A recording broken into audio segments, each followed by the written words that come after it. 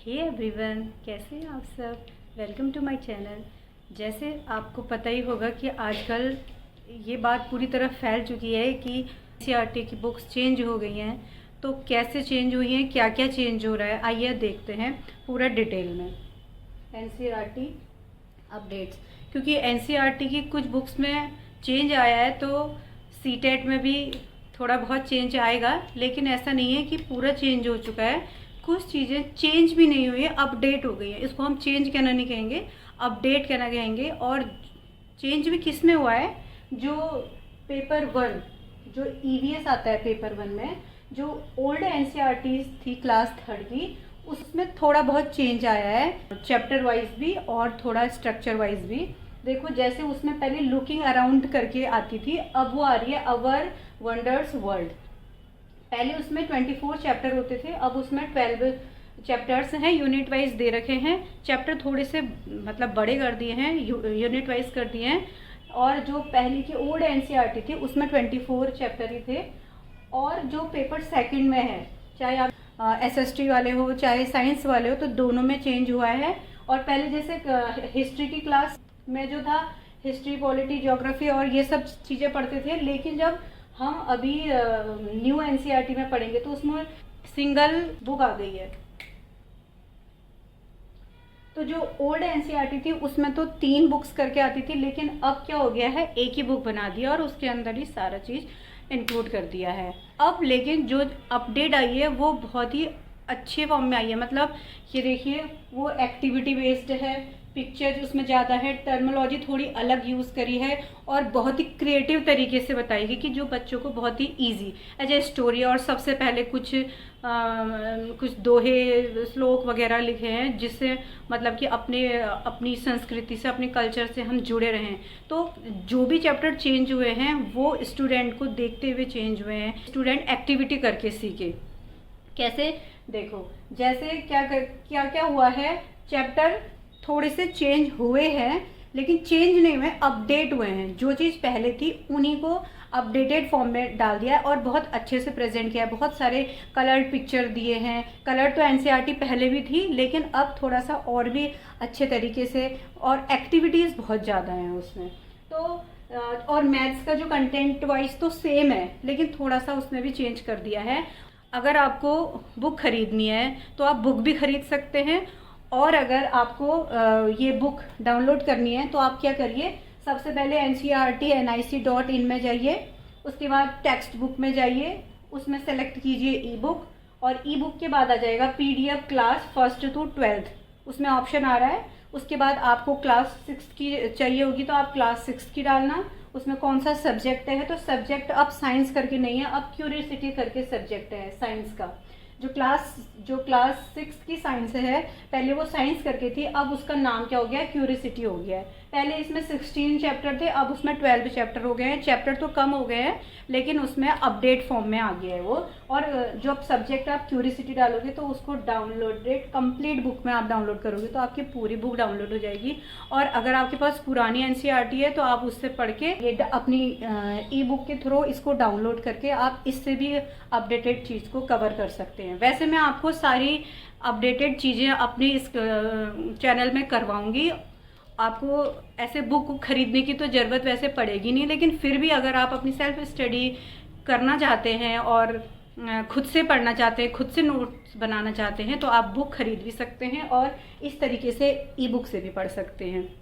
तो मैं अपने इस चैनल में आपको साइंस से रिलेटेड चीज़ें पढ़ाती हूँ। तो मैं आपको बताती हूँ कि साइंस में जो ये क्यूरियोसिटी करके बुक आई है उसमें क्या चेंज या क्या अपडेट हुए हैं। तो देखते हैं साइंस में क्या अपडेट हुआ है। देखो, साइंस में क्या चीज़ें अपडेट हुई हैं। मैंने आपको बताया था कि साइंस में 12 चैप्टर हो गए हैं। सबसे फर्स्ट है the wonderful world of science. इसका मतलब क्या होता है, इसमें हम जनरली पढ़ेंगे व्हाट इज साइंस, क्या क्यूरियोसिटी होती है साइंस में, जो एवरीडे के एग्जांपल्स होते हैं।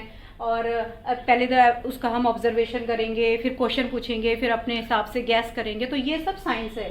तो हम इसमें क्या पढ़ेंगे, इस चैप्टर में बस हमें यही पढ़ना है। ये हम पढ़ते भी आए हैं, लेकिन अब इसको क्या कर दिया, थोड़ा सा अपडेट कर दिया है। और दूसरा चैप्टर क्या है, diversity in the living world. हमने अभी भी तो लिविंग वर्ल्ड चैप्टर पढ़ रखा था, उसमें सब एनिमल्स के बारे में पढ़ रहे थे, प्लांट्स के बारे में पढ़ रहे थे। तो हम रूट में क्या पढ़ रहे थे, टैप रूट, फाइब्रस रूट, ये सब चीज पढ़ रहे थे ना। और एनिमल्स में क्या पढ़ रहे थे, वर्टिब्रेट्स, कॉर्डेट्स, एम्फीबियंस, जितने भी हमने एनिमल्स के बारे में पढ़ा था, फिशेस के बारे में पढ़ा था, एप्स के बारे में। तो यहाँ पर अब थोड़ा सा चैप्टर अलग दे दिया है और उसके अंदर चीज़ें वही हैं, बस थोड़ी सी अपडेट करके दे दी हैं। वो क्या अपडेट होगा वो मैं आपको इसी क्लास में बताऊंगी। और जैसे थर्ड चैप्टर है mindful eating a part of healthy body. अब हेल्दी बॉडी क्या है, जो हम पहले फूड करके आता था अब ये करके आ गया है, लेकिन कंपोनेंट ऑफ फूड कार्बोहाइड्रेट, लेकिन हम कैसे खाते हैं, क्या खाते हैं, कैसे खाना चाहिए, कौन सा फूड हमारे लिए अच्छा है, कौन सा फूड अच्छा नहीं है, कितना खाना चाहिए, कितने टाइम पे खाना चाहिए। क्योंकि अब जो ये बुक आई है ना, ये स्टोरी बेस्ड है। मतलब इसमें क्या हो रही है, स्टोरी बन के आ रही है कि जैसे किसी का नाम दे दिया है, मीना अपने अंकल से बात कर रही है और वो कह रही है कि मेरे पेट में दर्द है, तो उसने कुछ जंक खा लिया है, वो जिससे वो पूछ रही है वो उसको समझा रहे हैं। तो इस फॉर्म में, ताकि बच्चा उसको बहुत ही आसानी से समझ जाए। तो ऐसे करके ये नई बुक आई है। और उसके बाद क्या है, एक्सप्लोरिंग मैग्नेट। क्या मैग्नेट चैप्टर नहीं पढ़ा था, मैग्नेट चैप्टर पढ़ा था। उसमें मैग्नेट्स कितने टाइप के होते हैं, उसके शेप्स क्या होते हैं, और लोड स्टोन क्या होता है, आर्टिफिशियल मैग्नेट। और उसके बाद चैप्टर 5 में क्या है, measurement of length and motion. तो मोशन चैप्टर था ही उसमें, linear motion, circulation motion, oscillatory motion, सबको आता है। लीनियर मोशन जो सीधे चलता है, और सर्कुलर मोशन जो ऐसे सर्कुलेट होता है, और जो ऑसिलेट होता है जो ऐसे ऐसे जैसे स्विंग होता है, सीसो होता है। तो ये सब, और ये हमने मोशन में पढ़ रखा है, इसको हम पढ़ेंगे एक नए तरीके से। अब material around us. Material around us क्या होता है, हमारे चारों तरफ है क्या, प्लास्टिक है, रबर है, लकड़ी है, सीमेंट है, पत्थर है, स्टोन है, इतनी सारी चीजें हैं। तो यही सब हमारे जो चारों मटेरियल है वही हम चैप्टर 6 में पढ़ेंगे। और चैप्टर 7 में क्या पढ़ेंगे, टेम्परेचर एंड इट्स मेजरमेंट। वही ह्यूमन टेम्परेचर क्या होता है, जब लेबोरेटरी में टेम्परेचर क्या करता है, क्लिनिकल टेम्परेचर, ये भी हमने पढ़ रखा है, लेकिन अब हम इसको थोड़ा सा तरीके से पढ़ेंगे। अब journey through states of water, मतलब वाटर की क्या जर्नी है, तीनों फॉर्म होती है उसकी, सॉलिड, लिक्विड, गैस। तो इसी से हम क्या पढ़ेंगे, सब पढ़ेंगे। इवापोरेशन, कंडेंसेशन, ये सारी प्रोसेस किस में आएगी, इस वाले चैप्टर में। ये भी हम पढ़ते थे, हमने सब पढ़ा है, जो हमारी ओल्ड एनसीईआरटी है उसमें भी ये सब है, लेकिन इसमें कुछ चीज़ों को जोड़ दिया है। मैं ये इसलिए बता रही हूँ क्योंकि जो हमने ये चैप्टर पढ़े थे ये उसका ही थोड़ा सा अपडेटेड फॉर्म है। अब क्या है, चैप्टर 9 में क्या है, methods of separation in everyday life. हम अपनी जो एवरीडे की लाइफ होती है उसके क्या सेपरेशन, मतलब क्या हटाते हैं। अब क्या करते हैं, जैसे हम चावल बीनते हैं तो उससे हम कंकड़ निकाल रहे हैं, उसको हम हैंड पिकिंग कह देते हैं। और जब किसान ऐसे ऐसे मार के अनाज को निकालता है उसको क्या कहते हैं, थ्रेशिंग कहते हैं, विनोइंग होती है। ये जो भी प्रोसेस होती है, मतलब सेपरेट करना किसी को भी, इवापोरेशन भी उसी में आ जाता है। अब चैप्टर 10 में क्या पढ़ेंगे, लिविंग क्रिएचर्स। अब exploring there characteristics. Living creature, अब चैप्टर का नाम क्रिएचर लिख दिया तो क्या बदल जाएगा, लिविंग थिंग्स। लिविंग थिंग्स वही प्लांट्स के बारे में पढ़ना है, एनिमल्स के बारे में पढ़ना है, ये सब हमने इसमें पढ़ना है। और चैप्टर 11 में क्या है, नेचर्स ट्रीजर्स। ट्रीजर्स मतलब होता है कि मतलब खजाना, हमें नेचर से किस किस टाइप का खजाना मिला है, क्या क्या खजाना हमें मिला है। खजाना क्या क्या हो सकता है, वो हमें वो एयर मिला है, वाटर मिला है, ये खजाना ही तो है। इसके बिना क्या हम जिंदा रह सकते हैं, नहीं रह सकते। तो एयर, वाटर, सन, फॉरेस्ट, सॉइल, रॉक्स, फ्यूल, जो भी हमें नेचर से मिला है वो क्या है, नेचर्स ट्रेजर है। और ऐसे ही चैप्टर 12 में क्या है, बियॉन्ड अर्थ। अब अर्थ, हम सन, मून, ये सब तो हम पढ़ ही रहे थे। अब बियॉन्ड अर्थ मतलब क्या हो गया, उसके भी बाहर की नॉलेज हमें हो जाएगी। जैसे हम क्या पढ़ते हैं, constellations, polar stars, big deeper, solar system. ये क्या होता है, कॉन्स्टेलेशंस पता ही होगा आपको, पूरे स्टार्स का ग्रुप होता है। और बिग डीपर होते हैं, वो क्या होते हैं, उसको हिंदी में सप्तऋषि भी कहते हैं।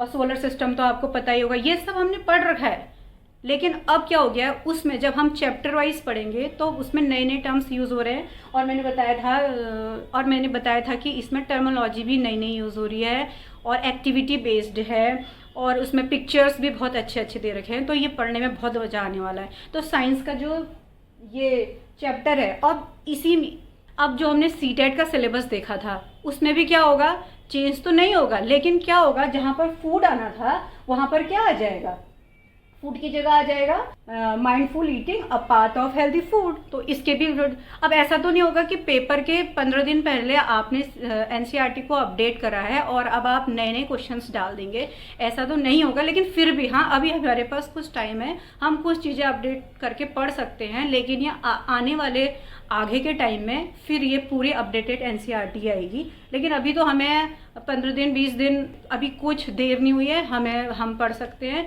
लेकिन आगे को अब हम अपडेटेड एनसीईआरटी पढ़ेंगे, क्योंकि हमने जो ओल्ड एनसीईआरटी थी वो तो हमने पढ़ी ली है। अब हम क्या पढ़नी, थोड़ी सी उसमें और अच्छी इन्फॉर्मेशन डाल के उसको आसानी से पढ़ लेंगे। और बिल्कुल भी घबराने की ज़रूरत नहीं है। एनसीईआरटी के कुछ क्लास के टॉपिक्स चेंज हुए हैं, सीटेट में कोई चेंज नहीं आया है। हम सीटेट में एनसीईआरटी से पढ़ते हैं, इसलिए हम कह रहे हैं कि सीटेट में भी चेंज हो जाएगा क्वेश्चन पूछने का तरीका। क्यों? क्योंकि वो अब एनसीईआरटी जो न्यू आई है उससे क्वेश्चन पूछेगा।